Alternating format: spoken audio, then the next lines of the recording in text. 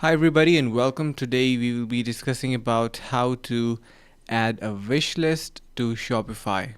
Now before we start, make sure you click the link below to get the best Shopify free trial and start your business with some exclusive bonuses. So to add a wish list to Shopify, it is going to be pretty easy.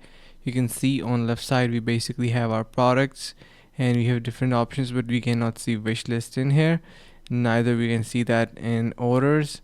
So what you can do is you simply need to head over to your search bar on top and search in here for wish list, and apparently when you are going to be searching that, it will be directed towards our Play Store, which is this particular section. And here we can easily incorporate a wish list system to our store. You can see we have this wish list extension or integration, and it's going to be looking something like this: a little heart onto the store that is going to be visible for the customers, and if the product is not available, they can add it to their wish list.